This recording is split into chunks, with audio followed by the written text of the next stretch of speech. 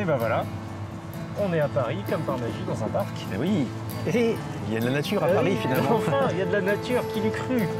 On peut même se repérer grâce aux platanes en fait quand on regarde bien. Ouais.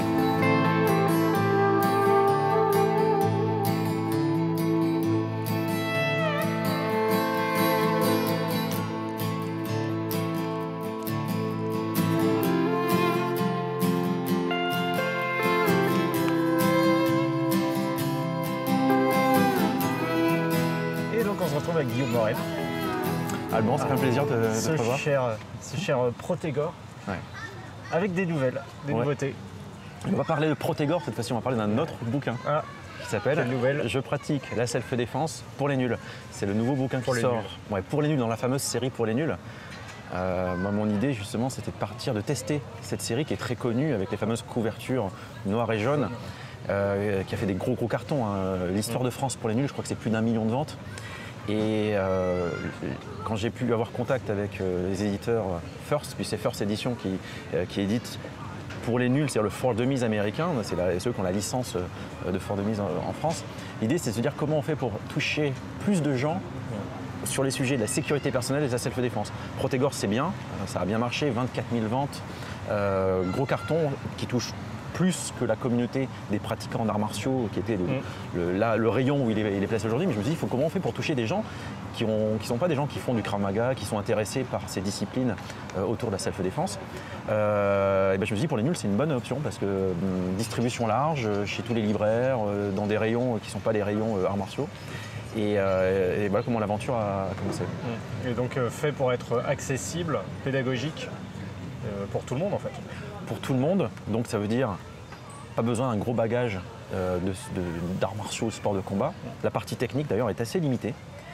Je suis reparti d'une méthode en fait, c'est en travaillant sur Protedom, mon e-book sur la protection du domicile, où j'ai trouvé une méthode de l'OTAN, DDRM en anglais, c'est Deter, Detect, React and Attenuate. Mitigate exactement. Donc en gros c'est dissuader, détecter, réagir et atténuer les conséquences. Donc on est sur 4 parties. Et en fait j'ai repris cette méthode et je l'ai adaptée aux agressions. Et j'en ai fait une méthode, j'ai appelé la méthode des 5D. Ouais, des 5D, avec en premier la détection plutôt que la dissuasion. J'ai inversé par rapport à la méthode originale. Parce que la détection, c'est tout ce qui va être la vigilance et être très en amont sur l'anticipation. Une partie sur la dissuasion, comment ne pas ressembler à une victime et ne pas être la proie qui est sélectionnée. La désescalade, parce qu'une fois qu'on est en contact avec l'agresseur, eh ben, on va chercher à ne pas se battre. Donc comment on fait pour sortir du conflit? Et puis après, sinon, on arrive dans la défense. Donc là, on a cette partie physique, la self-défense que tout le monde connaît, plus technique, mais que j'ai fait limiter à 3 techniques de défense, 3 techniques de contre, des parades universelles, des choses assez simples pour monsieur tout le monde. Et après, le dénouement, donc la gestion de l'après. Et donc, dans cette méthode de 5D, il y a 3 D qui sont sur la sécu perso. Donc, on est quand même par rapport à un Protégor où j'étais avant, pendant, après, j'ai un tiers.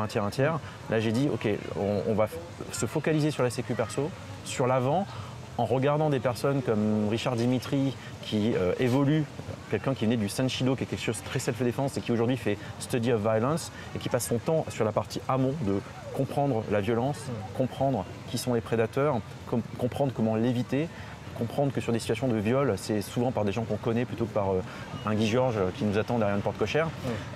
Tout ça fait que ça change un peu la perspective de la self-défense et je pense que pour monsieur, madame, tout le monde, le plus important c'est de comprendre, d'anticiper, de prévenir, de ne pas être là, de comprendre aussi l'importance de son ego, de se connaître soi-même pour savoir comment on va réagir, plutôt que de savoir donner une myriade de techniques de défense qui sont un peu le dernier rempart en fait. Il y en a dans le livre, mais c'est pas le cœur du livre. Alors du coup, est-ce qu'on parle vraiment de self-défense ou est-ce qu'on parle de sécu perso, sécurité personnelle? On parle beaucoup de sécu perso. Le livre s'appelle « Je pratique la self-défense pour les nuls » parce que le mot self-défense est générique. C'est le terme qui parle le plus, quoi. Bien sûr, sécu perso, on l'a utilisé dans Protégor, d'autres l'utilisent, mais il est moins connu. Et la self-défense devrait quelque part intégrer la sécu perso. Donc c'est beaucoup de sécu perso, mais intégré dans un concept global de self-défense qui est de dire la self-défense n'est pas que la défense, c'est j'intègre la partie amont, j'intègre la partie aval. Donc c'est le concept global de self-défense. Ouais, parce qu'après, transmettre la self-défense pure par un livre, c'est quand même vachement difficile parce que ça c'est le syndrome YouTube aussi de nos jours. C'est le fait de, voilà, je vois dans un livre des gestes, des techniques, je vois une vidéo sur YouTube, voilà, je pense tel coup de pied, tel ceci, tel cela.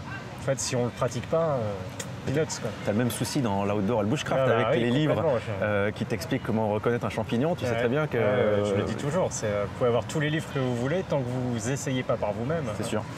Pareil là, les parades universelles qu'on montre, la partie, mais même pas que la partie technique du livre, même la partie sécu perso, elle s'entraîne. Et du coup, sur chaque chapitre, il y a comment aller plus loin et comment s'entraîner, les stages à faire, d'autres livres à lire.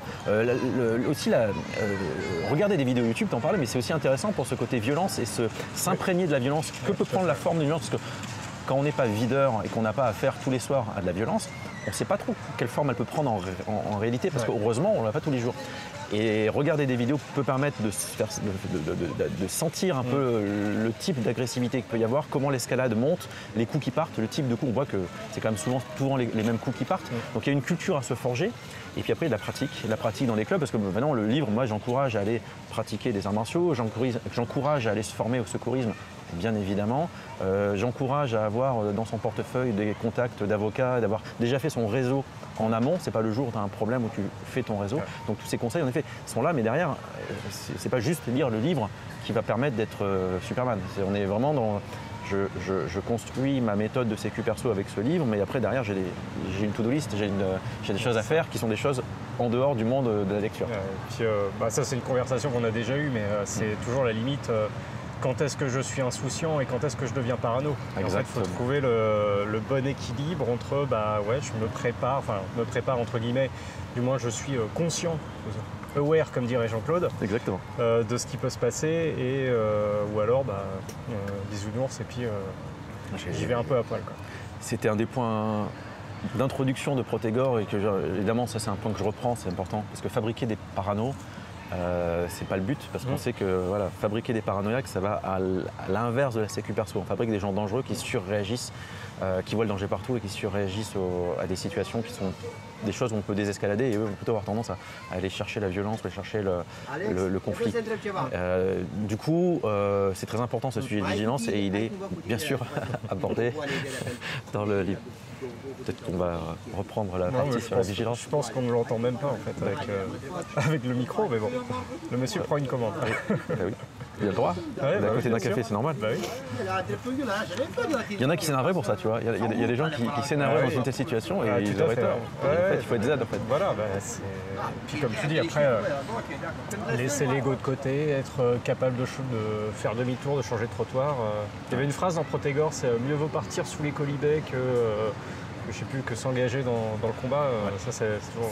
ouais, clairement. Mais c'est tout un sujet. Moi, je l'ai mis dans la partie des escalades, sous le terme contrôle de soi, c'est connaissance de soi, c'est ce côté mettre l'ego de côté et à un moment comprendre ce qu'on va gagner ou perdre dans l'affaire. C'est-à-dire que dans mes conférences Protégor, je ne l'ai pas forcément mis dans le bouquin, mais dans les conférences, je parle beaucoup du concept de nobody, c'est-à-dire cette personne, cet inconnu qui va venir de nulle part et t'insulter et te traiter de tous les noms, mais qu'est-ce que tu en as à faire en fait? Il y a des gens qui d'un seul coup, parce qu'ils se sont fait traiter ou leur mère s'est fait insulter, ou ils se sont fait traiter sur leur orientation sexuelle, mais qu'est-ce que tu en as à faire en fait? C'est un inconnu que tu ne reverras jamais, mais il y a des gens sur lesquels ça a une emprise. Les mots d'un inconnu ont une emprise. Bon, ça c'est du travail sur soi en fait. Mais c'est du travail sur soi-même après. Et de la gestion d'émotions, c'est-à-dire aussi quand tu es énervé, parce que aussi ça peut arriver à la fin d'une journée où tu as eu plein d'emmerdes, t'es pas bien, il fait pas beau, t'es fatigué, puis ça te retombe dessus, c'est la goutte d'eau comme on dit qui fait déborder le vase. Bon, là c'est la gestion des émotions. Les arts martiaux sont assez bons pour la gestion des émotions, c'est un des points importants. Les arts martiaux même traditionnels, au-delà de la self-défense pure et des techniques, où là on peut dire quelle discipline il faut faire, on peut avoir beaucoup de débats, mais les arts martiaux de manière générale aident vachement à ce côté, je laisse pas la pression m'envahir, et je me contrôle. Prends le karaté Kyokushin, quand ils ont mal, ils ne le montrent pas. Pourtant, ça tape pour de vrai. Et ça tape très fort, le karaté Kyokushin. Donc voilà, jiu-jitsu brésilien aussi, c'est super. En termes de contrôle des émotions, ils arrivent à avoir ça via leur entraînement physique. Puis il y a ce côté aussi, quand on devient de plus en plus maître dans une pratique, ce côté de je maîtrise davantage je ne vais pas dire d'armes entre guillemets, mais dis-moi j'ai d'autant plus d'outils dans ma boîte à outils qui fait que je prends confiance en moi et je sais m'adapter un peu plus. Et il y a aussi un autre versant, c'est tous ces passages de ceinture. Moi, je sais que j'ai toujours entendu dire que voilà, une fois que tu as ta ceinture noire dans quelque discipline que ce soit, c'est pas la fin du chemin, c'est pas le moment où tu es le maître du monde et où tu vas te la péter. Au contraire, c'est un nouvel apprentissage et c'est un nouveau chemin que tu vas te forcer à avoir pour avoir les dan suivants ou les dargas ou ce que tu veux. Je suis complètement d'accord d'ailleurs. Du coup, ça amène à l'humilité aussi derrière. Ça me permet d'ailleurs de t'annoncer qu'avec Michael Illouz, on prend la gérance du Dojo 5, qui est un dojo au cœur du quartier latin, dans la plus ancienne salle d'art de combat de Paris, puisque depuis 1909, c'était déjà une salle de boxe. Et depuis non-stop, il y a eu des arts martiaux différents, variés, de boxe, de jiu-jitsu, de karaté beaucoup récemment. Et, utilisation de l'environnement comme arme. Ah oui, c'est pas mal. C'est des petits ninjas. Je les ai dans les yeux. C'est des petits ninjas qui nous envoient de la poussière.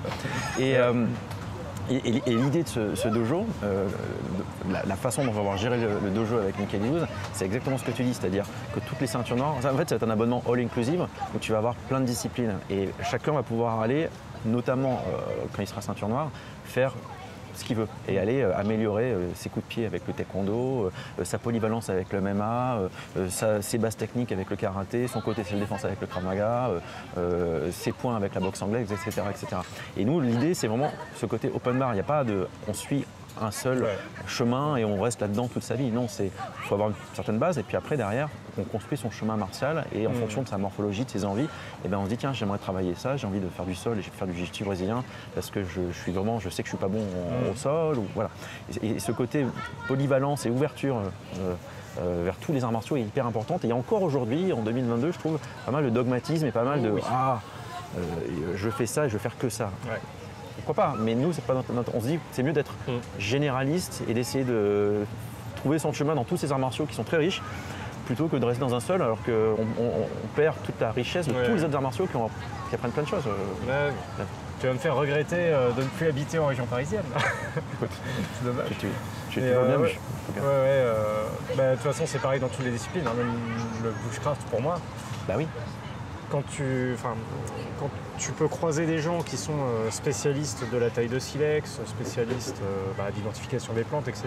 Mais après, le problème, c'est qu'en t'enfonçant dans un domaine, tu vas tout de suite te fermer les portes dans d'autres domaines qui pourtant pourraient offrir d'autres possibilités, quoi. Donc c'est vrai que moi, dans mon parcours dans les arts martiaux, qui est relativement court, hein, je veux dire, j'ai fait le Krav Maga, un peu de self-défense un peu plus généraliste à Rennes, un petit passage par la DAC. Et en fait, je trouve que, même si au début, moi, ça m'a fait bizarre d'arriver à la DAC, par exemple, après le Krav Maga, c'est totalement complémentaire, en fait. Tu trouves des nouvelles choses. Complètement. Tu vois, Krav Maga, j'avais toujours appris la même garde, etc. Là, à la DAC, on découvre la garde, la Crazy Monkey, c'est ça, la garde hérisson, là. Absolument. Voilà, c'est des nouvelles possibilités, en fait. Clairement. En plus, Eric Keke a fait un super boulot avec la DAC. Du coup, c'est un des pionniers en self-défense, justement, à réussir à amener. Au début, il a fait la savate défense, après, en créant tout ce qui est défense de rue, boxe de rue, etc. Il y a vraiment. Tu es un des premiers à amener ce côté très très orienté self-défense avec déjà la sécu perso et des techniques qui viennent d'un peu partout, qui sont les techniques les plus utiles. Donc c'est top ce qui fait. En fait, moi, tu vois, dans le côté. Être généraliste, être capable d'avoir plein de compétences à son arc est fondamental. Un des modèles que j'avais quand j'étais ado, moi, c'était Xavier Maniguet avec son fameux livre Survivre, espèce de gros pavé chez Albin Michel. Que moi, j'ai baigné là-dedans quand j'avais 14-15 ans. Et je l'avais pas mal suivi, j'avais acheté ses autres livres, le guide de l'homme d'action, il y avait plein de livres. Et ce gars-là, tu regardes, il est décédé depuis d'un accident d'avion, mais il était pilote d'avion, de bateau, il était médecin, il faisait des arts martiaux, il a un parcours incroyable de variété. L'image de l'homme complet, quoi. C'est un peu l'idéal vers lequel j'essaie de tendre, le gars qui peut se débrouiller dans toutes les situations, quoi. Et finalement, quand on regarde des films hollywoodiens, on est baigné, on est nourri à ça depuis notre enfance. Hein. Tu regardes les Die Hard, John McClane, il sait tout faire. Il sait tout faire. MacGyver, Rambo, c'est vrai. Voilà. Ouais, c'est Mika qui a souvent cette citation. La spécialisation, c'est pour les fourmis, quoi. En fait, c'est ça, ouais. C'est tiré d'un bouquin de science-fiction, je crois, des années 60. Exactement. Il y a référence, Léon. Tu le mettras dans Ouais. les commentaires. Il y a toute une phrase qui dit oui, un homme doit être capable de préparer la guerre, faire naître un enfant, construire une maison, machin. Et à la fin, la spécialisation, c'est pour les fourmis. Bah ouais, je crois que c'est ça le. Pour les insectes. C'est ça le concept. Et c'est pour ça que quand on revient à la self-défense, on se dit non, c'est pas juste j'apprends à donner un coup de poing à la gorge. Non, c'est un ensemble de compétences très large. Parce que on peut remonter très haut sur le process d'agression et jusqu'à la gestion des traumas personnels d'une agression qui peuvent aller très loin, plusieurs années après l'agression. Donc quand on prend tout ça, l'ensemble des choses à embrasser est large et va bien au-delà de la pratique dans un dojo avec des coups de poing et des coups de pied. Voilà pour ce que j'essaye de... Et donc une des grosses parties, c'est tout ce qu'il y a avant la confrontation physique. Ouais. C'est là où je passais beaucoup de temps à chercher, mais apporter des choses nouvelles par rapport à Protégor et des choses qui vont parler à monsieur tout le monde qui n'est pas baigné dans le monde des arts martiaux. Donc si on peut juste dire, tu te balades dans la rue, il fait noir, lampadaire, etc. Qu'est-ce que tu repères? À quoi est-ce qu'il faudrait être aux aguets? Déjà le process il est avant, quand tu décides de sortir, comment tu t'habilles. Est-ce que tu vois, il y a un des sujets d'ailleurs qui est intéressant à aborder, je cite un moment, c'est des discussions que j'ai eues avec des groupes féministes sur les réseaux sociaux. Et ça c'est super intéressant parce qu'il y a des groupes féministes qui sont très finalement sécu perso, où ils disent non, il faut qu'on puisse sortir en mini-jupe si on a envie dans n'importe quel quartier. Techniquement, légalement, on a le droit et ils ont raison. Je suis complètement d'accord. Mais après, est-ce qu'il faut le faire? Et il y a des groupes féministes qui encouragent les filles à aller n'importe où. Or, il y a des quartiers à Paris, quand on connaît bien Paris, où on sait que, hélas, la population qui y est ne comprend pas qu'une fille puisse être en mini-jupe. Et donc on sait que les filles en mini-jupe dans ces quartiers-là vont se faire siffler, vont se faire suivre, vont se faire harceler, vont recevoir des mains en fesses. Alors, on peut être en mode je suis revendicatif et mais ça veut dire en conscience de cause, en connaissance de cause, pardon, je décide d'y aller comme ça dans cette tenue parce que je veux affirmer la chose, mais je suis un peu en mode je me bats pour mes droits, très bien, mais y aller de manière inconsciente. Là par contre c'est anti-sécu perso, c'est-à-dire te dire je décide d'aller dans tel coin du 18e hyper mal fréquenté dans cette tenue sans se rendre compte de ce qu'on fait, ça c'est ce contre quoi il faut lutter. Je dis pas qu'il faut pas y aller, c'est-à-dire si on est féministe et qu'on veut y aller pour imposer la chose, c'est un choix personnel, mais on le fait en connaissance de cause, en étant peut-être équipé d'une bombe lacrymogène, en ayant des amis, en n'y allant pas seul, il peut y avoir un ensemble de précautions prises. Donc encore une fois c'est ce sujet de pas de parano, pas d'inconscience, et je suis conscient de ce que je fais, je me prépare pour la chose que je vais faire. Et donc ça se fait avant d'arriver dans la rue sombre, ça c'est tout le process amont de réfléchir à la chose, et de dire bon ok aujourd'hui je vais aller dans tel coin, comment je m'habille, qui je préviens si je vais dans un endroit qui potentiellement est dangereux, est-ce que j'ai vraiment envie d'y aller, etc. Voilà. Ça implique de bien se renseigner sur les quartiers qu'on traverse, même quand on est dans une ville qu'on ne connaît pas. Oui, alors sur des déplacements plus longs dans les villes qu'on ne connaît pas, on peut voir s'enseigner. Ça m'est arrivé 2-3 fois aux États-Unis. Qu'est-ce que je fais là, et c'est là aussi, tiens, petite info, je sais pas si tu es au courant, mais moi je comprenais pas pourquoi mon téléphone avec Google Maps me disait de descendre à l'arrêt suivant et faire un chemin un peu bizarre. Quand je regardais, là-bas, c'est des quadrillages, les rues. Oui, bien sûr. Je me dis, on va descendre là, on va aller tout droit. En fait, je pense que Google Maps intègre ce genre d'informations, en fait. Je savais pas, c'est chaud quelque part. C'est à San Francisco que je me suis dit ça. C'est vrai. On a traversé, j'avais ma valise, machin, là. On a traversé un quartier où tu avais tous les crackheads du coin qui étaient réunis, des gens qui se battaient en pleine rue, enfin, vraiment le quartier malfamé par essence. Moi j'ai vu ça à Los Angeles, downtown Los Angeles, j'étais allé, c'était pour le reportage sur Rickson Gracie. J'avais pris un Airbnb en plein centre, dans la ville même de Los Angeles, qui est le centre-ville est tout petit, et j'étais à 2 pas d'un endroit où c'était que des drogués et des clodos. Côté de Skid Row. Exactement, j'étais à côté de Skid Row. Et là, je fais waouh, ok, je vais faire gaffe. Du coup, je rentrais en voiture dans le parking, je ressortais en voiture et j'ai fait un tour du quartier très vite et je dis bon, c'est bon, on va vite sortir à pied en fait. Voilà. Truc pas mal préparé finalement, parce que je m'étais dit, centre de downtown Los Angeles, où je vais aller. Bon, après, il n'y a pas eu de problème, mais j'ai pris les mesures pour. L'appart était très sympa, mais il n'était pas très cher. On comprend en fait là où je me dis pourquoi ce super appart n'est pas si cher que ça. Il y a une bonne raison. Tout à fait. C'est que la rue d'à côté, Donc il y a toute la préparation. Alors après, bon, bien sûr, le parcours martial, ça c'est propre à chacun. Il y a de nos jours, il y a énormément, je trouve, de disciplines qui se revendiquent self-défense. Alors bon, le Krav Maga, c'était un peu... dans les années 2000, c'était vraiment la marque de fabrique. En marketing, ils auraient réussi à faire un truc super. C'est-à-dire que le Krav Maga, aujourd'hui, tu demandes à quelqu'un qui ne connaît pas un martial, Krav Maga égale self-défense. Ils ont fait un truc, rien à dire. Et encore dans les années 2000, quand j'ai commencé, on disait quoi. Et maintenant, en fait, c'est rentré dans tous les mœurs. Chaque fois, la réponse, c'est « Ah, mais c'est violent, ça ». Bon, bref. Et donc il y a tout un panel maintenant de self-défense qui s'est développé. Ouais. Mais effectivement, comme tu le dis, le après, il est relativement peu pensé. Ouais. Alors que le après, il faut quand même assumer ses actes, si jamais il y en a eu. Il faut éventuellement assumer ses blessures, les blessures de l'autre, et peut-être les suites judiciaires aussi. Ouais. Et psychologiques. Et psychologiques qui sont...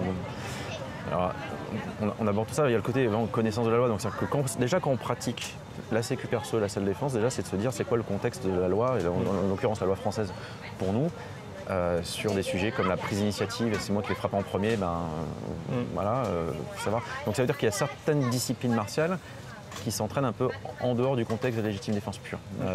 Donc faut l'avoir en tête, et quand on choisit son club d'arts martiaux, voir si on est dans quelque chose d'un peu extrême qui est là, vas-y, je te casse sans arrêt les cervicales et mon but est plus de tuer la personne en mode close combat plutôt que de sortir sainement d'une situation de self-défense et derrière gérer les conséquences policières et juridiques, judiciaires de la chose. Donc ça c'est un des éléments. Et après, il y a tout ce côté comment je gère la police, comment je gère la justice. Il y a Maître Liénard est interviewé, puisque comme dans Protégorge, j'ai une série d'interviews et de personnes interviewées dans Self-Défense pour les mules, dont Maître Liénard. Dans Protégorge, j'avais Thibaut de Montréal, et là j'ai Maître Liénard, pour moi qui sont les deux stars spécialistes qui connaissent la légitime défense sur le bout des doigts, des applications. Et pour Maître Liénard, en plus, qui intervient beaucoup sur les forces de l'ordre, si je ne m'abuse. Exactement, qui connaît très bien ce genre de points, qui explique quand même globalement que la justice est un long processus et que s'embarquer dans quelque chose qui va terminer sur un procès, on sait que ça va être, quoi que soit l'issue du procès, même si en tant que victime on gagne parce qu'on s'est défendu, pour de la légitime défense par exemple, ça va être long, pénible, énergivore, chronophage, ça peut coûter de l'argent, donc c'est quand même jamais quelque chose d'agréable. C'est pour ça qu'encore une fois, il vaut mieux éviter. C'est pour ça qu'on en revient toujours au truc, c'est que tant qu'on peut éviter, c'est toujours mieux, parce que derrière, même si on a pu, génial, j'ai pu me défendre et gagner, et ce petit moment de victoire, il va être très vite compensé négativement derrière par l'aventure. Souvent, il y a des agresseurs qui portent plainte. C'est un grand classique. C'est systématique en plus. C'est devenu un grand classique. Ouais. Et donc là, si on doit se retrouver avec 2 ans de procédure derrière, ça va être lourd. Ça va être très très lourd. Et la petite revanche qu'on aura eu 5 secondes, elle va avoir le goût amer. Et derrière, le psychologique, c'est selon si l'agression ne s'est pas retournée positivement pour soi et qu'on s'en est pris plein la figure, il faut traiter le sujet psychologique. Ouais. C'est des choses qui peuvent ressortir plusieurs années derrière, qui peuvent créer des traumas, créer des peurs. Et donc là, c'est un sujet qu'il ne faut pas faut éviter l'effet cocotte-minute et éviter ce côté non, c'est bon, je suis fort, c'était rien. C'est pas mal d'en parler, il y a plein de choses à faire, même consulter s'il y a besoin.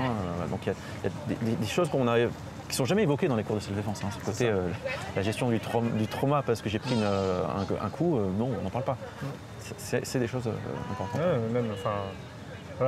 Moi, j'ai jamais connu d'agression ultra-virulente, etc. Bon, ça m'est déjà arrivé, malheureusement, d'être au mauvais endroit, au mauvais moment, me prendre un pain, par exemple. Pour parler de mon expérience personnelle, c'est vrai que même ça, en fait, c'est traumatisant, c'est un grand mot, mais c'est quand même, c'est une agression, c'est pas anodin. Donc j'ose même pas imaginer les agressions un peu plus poussées. Et c'est vrai que cette après-agression, on n'en parle jamais, mais autour de moi j'ai des relations qui ont eu affaire effectivement à des psychologues, etc. Et ça peut être assez profond finalement. Ouais, quand on n'y est pas préparé, quand on s'y attend pas. Parce que là, moi en tête, j'ai des exemples de personnes qui, elles, pour le coup, ne sont vraiment pas sécu perso ni rien du tout. Plutôt dans le camp béni oui un peu bisounours, quoi. Elles sont tombées de très haut, quoi. Et c'est ce que je leur explique, ce que je leur expliquais, c'est le discours que j'ai toujours tenu, c'est un minimum de prévention, ça fait jamais de mal. Je paye une assurance habitation pour ma maison, pourtant je sais qu'elle va pas brûler forcément demain. C'est toujours, c'est cette idée de capitaliser sur ce qu'on peut déjà faire, quoi. Et souvent dans les cours de self-défense, tu as une partie de la population qui vient après une première agression. alors là, c'est important aussi d'en parler aux professeurs pour qu'ils sachent le genre d'agression qu'il y a eu, pour ne pas recréer le trauma. Parce que ça peut être des fois des situations qui régénèrent du stress. Des fois, quand on refait des vraies situations qui ressemblent à des scènes de viol ou d'agression un peu violentes, dès qu'on met de la pression, du stress dans l'entraînement de self-défense, quelqu'un qui a eu un trauma, ça peut ressurgir d'un seul coup et il se sent mal. Donc ça, c'est des choses importantes à partager avec son prof. Ouais, moi, en termes d'agression, moi, c'est vers 16-17 ans. Je venais juste d'avoir ma ceinture noire de karaté. Je me suis pris un gros pain dans la figure. En fait, j'étais gardien dans une piscine et il y a un gars qui est rentré qui m'a collé qui a voulu forcer le passage. Je lui ai dit non et j'ai rien vu venir. J'ai pris un énorme droite. J'avais le visage un peu comme Coluche dans Banzai, si tu veux, avec la tête comme ça, quoi. Après, il y a eu une procédure juridique. Et c'est une bonne expérience à 17 ans en fait. Du coup, moi, je suis allé au procès. Lui, il n'a même pas venu. Il a été condamné. Il n'a jamais rien payé. Enfin, c'était en mode. Donc là, tu apprends à 17 ans comment fonctionne la justice, ça.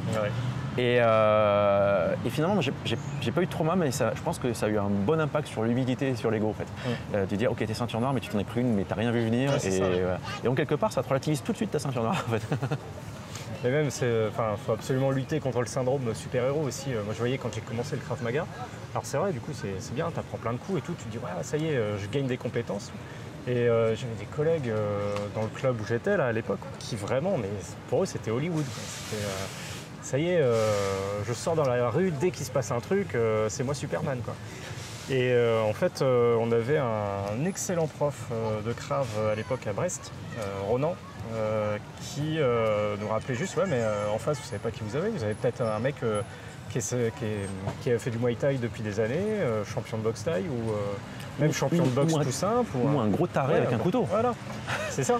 C'est ça les pires. Et puis, comment dire, il nous répétait bien que, bah oui, mais les désarmements, etc., qu'on voit en Krav Maga avec le couteau, là, machin et tout, ça se passe pas forcément comme ça en réalité, quoi. Ils vont pas faire des coups à 360 tout le temps.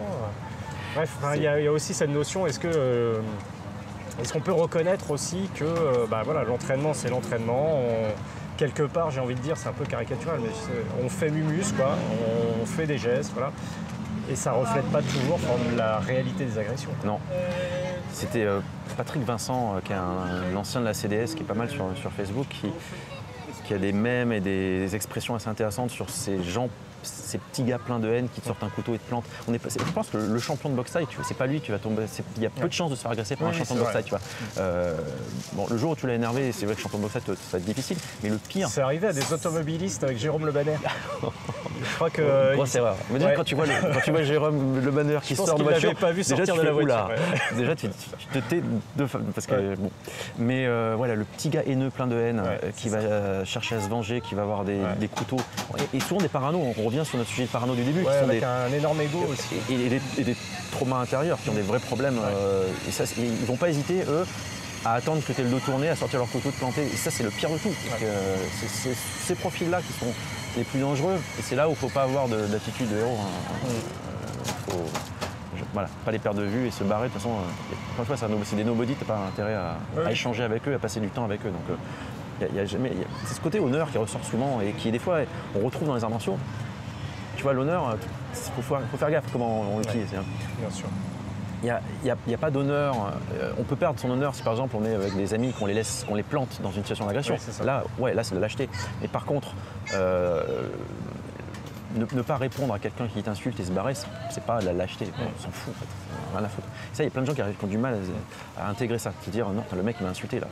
Donc il faut, pour mon honneur, pour sauver mon honneur, il faut que je réponde. Vas-y, là tu vas escalader parce que je vais lui répondre, lui il va escalader et c'est parti, quoi. C'est dans le 5e élément qu'il y a une phrase comme ça, l'honneur a fait des millions de morts mais n'a jamais sauvé personne, je sais pas quoi. Je la connais pas mais c'est exactement ça en fait. Donc voilà, l'honneur, faut faire gaffe, quoi. Donc il sort quand il sort le Défense pour les nuls 8 septembre 2022. Donc là, il est parti en impression pendant l'été. Les presses tournent. Ouais, j'ai tout relu. First, on était super. On a revu la couve, on a tout validé. C'est parti en impression. Dans une période où les livres, c'est compliqué parce que le papier augmente, le coût du papier augmente, explose. Il y a énormément de tirages qui sont faits, beaucoup de livres qui sortent. On est dans une période où il y a une explosion du nombre de livres. Donc j'espère qu'il va trouver son public. Voilà. J'espère aussi. Et tu as réussi à caser Protégor quand même sur la couverture. Oui, j'ai mis sous forme d'un petit tag là. Oui, j'ai mis un peu de Protégor pour une petite référence. Parce que c'est mon lien, c'est mon origine, quoi. Donc bien sûr. Ouais, bien sûr. Donc, même si le bouquin est très différent, en fait, même si le bouquin, enfin, les deux sont vraiment complémentaires. Self-Défense pour lui va vraiment zoomer beaucoup plus sur la sécu perso.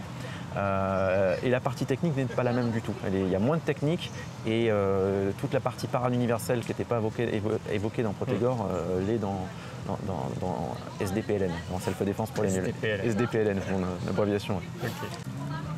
Donc je suis très content parce qu'en 2007 ou 2008, tu vois, quand j'ai commencé le Krav Maga à Brest, je suis allé à la librairie Dialogue, je me souviens très bien, c'était quand on rentrait juste sur la droite, le rayon arts martiaux, là, moi j'étais en extase devant ce truc-là. Et c'est là que j'étais ressorti au début de l'année avec 2 livres. J'avais le Krav Maga se défendre d'un assaillant armé de... comment il s'appelle ? Yanilov, ou un truc comme ça. Là. Et puis à côté, je vois là, un petit bouquin noir. Là. Tiens, Protégor. La première version était petite. Mars 2008, il est sorti, donc... tu vois, en fait, il était juste à côté. Tout premier. Et puis, c'est vrai que c'est un livre qui ne m'a jamais quitté depuis. Mais il continue à se vendre, en fait. Il continue à se vendre. Juste titre. Encore 1000 l'année dernière, je crois, un truc comme ça. Donc c'est un bouquin qui, depuis 2008, alors il y a eu la réédition en 2017 où on a augmenté, c'est ça 30-35% de contenu en plus. Donc on a largement augmenté, en fait. On a rajouté des interviews, on a vraiment changé beaucoup de choses avec Fred Bomache, qui est mon co-auteur sur Protégor. Et le bouquin continue là. Du coup, l'éditeur le garde et continue à le réimprimer parce que c'est pas un bouquin. Tu sais, d'habitude, on est dans des cycles assez rapides sur les livres. Là, non. Là, il s'étale dans le temps parce que c'est un sujet de fond. En fait. C'est un bouquin de fond et qui est très large aussi, qui couvre un peu tout. Quoi. Ouais. Et puis qu'il n'y a pas eu de grosse concurrence directe en fait sur la largeur du prix. Et là, Self-Défense pour les nuls n'est pas là pour le concurrencer, il est là pour aller chercher d'autres personnes qui naturellement n'iront pas dans le rayon arts martiaux, n'iront pas sur ce type de bouquin-là un petit peu anxiogène. La série pour les nuls, elle rassure. Tu vois, c'est vraiment voilà, je suis pour les nuls, tu vois. Donc tout le monde peut le prendre en fait. Donc il n'y a pas cette barrière à l'entrée de se dire oula, mais ça c'est pour les experts déjà. Okay. Bon hâte de voir ça. Mais merci en tout cas de m'avoir interrogé là-dessus. Avec plaisir. À très vite. Ouais, super.